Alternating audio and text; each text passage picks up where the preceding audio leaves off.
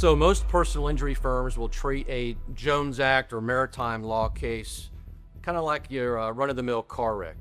And I'm here to tell you that that could be a mistake worth millions of dollars. These maritime cases are based on the Jones Act. That is a federal law that's over 100 years old. We handle these cases in all of the states in our country.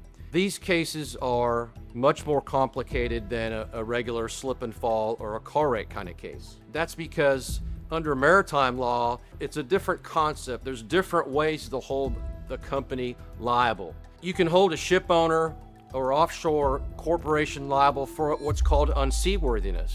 That's an entirely different concept than you'll see in any other kind of personal injury cases. It's strict liability. There's another component to these maritime law cases that you don't see anywhere else.